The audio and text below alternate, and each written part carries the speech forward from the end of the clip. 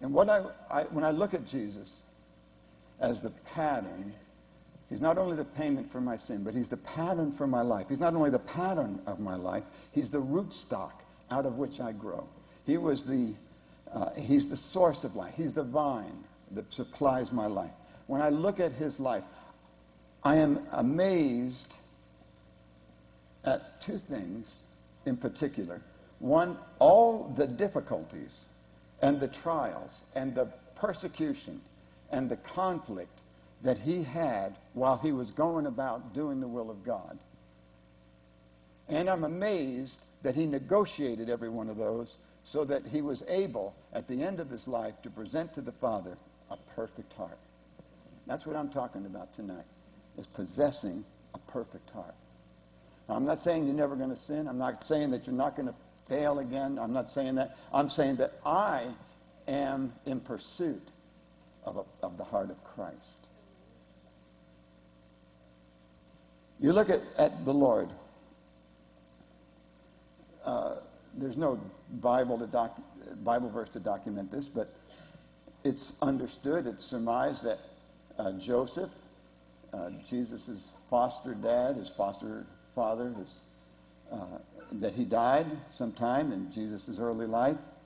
And here's the Son of God with all the compassion of the universe, but he doesn't have the power to heal yet. So he experiences personal loss. He experienced that. Wanting to see perhaps Joseph live. Jesus walked every day past lepers, past people that were suffering in unspeakable. Our sick, we have them institutionalized or they're in hospice care. But Jesus was ever familiar with the needs of the desperately sick. He was ever familiar because they were on the streets. They were begging. He had to walk by them to get to the temple. They congregated in front of the temple. He saw that all the time. He couldn't allow his heart one moment's protection. You know what I mean when I say protect? He couldn't let his heart just be indifferent. He couldn't protect his heart from the feelings, and yet he couldn't do anything to fulfill those feelings.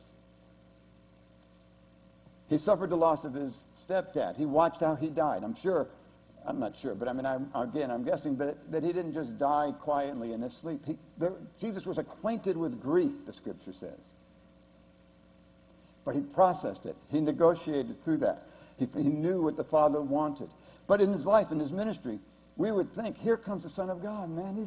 The kingdom of heaven is at hand. He's healing the sick. Now he's got the power. Now he's got that thing that all of his life was a preparation for. We would think that Israel and Jerusalem would have welcomed him. They'd have rolled out the ram's horn, the trumpet, and sounded ram's horns and welcomed him into their city. But instead, he's always fighting. There's always persecution.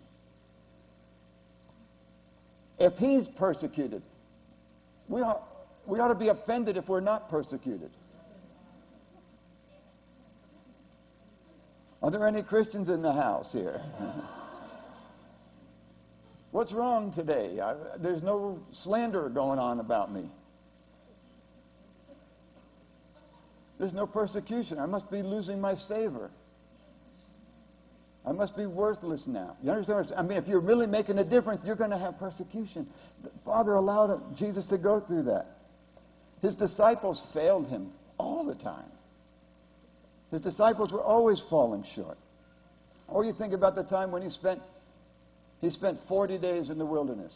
And first he's driven out into the wilderness. It says he's driven. I know we like to think of Jesus kind of hearing the voice of Father and going up, but it says in the Gospels that he was driven by the Spirit. One of the Gospels, he was driven. He was compelled by the Spirit into the wilderness. And he fasts 40 days and 40 nights. If you're fasting, you want God, right? That's why you're not eating. You're fasting. You want God. You're pursuing God. You're reaching in. You're sacrificing. You're giving up your food. You're giving us everything else. And what happened? At the end of the 40 days, the first supernatural being he comes in contact with is the devil.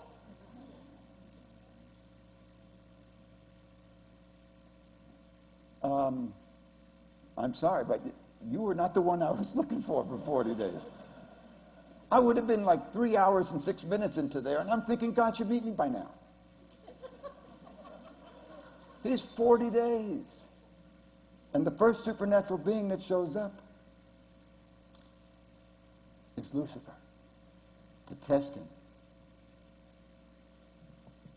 I mean, I'm just trying to paint the picture that Jesus had these conflicts continually throughout his ministry. Even while he was doing great works, he had constantly had to bring his heart from reacting to the situations at hand and continually find that place in God where he offered again to the Father a perfect heart, where he could offer again to the Father perfect trust, where he could offer again to God an increase of love.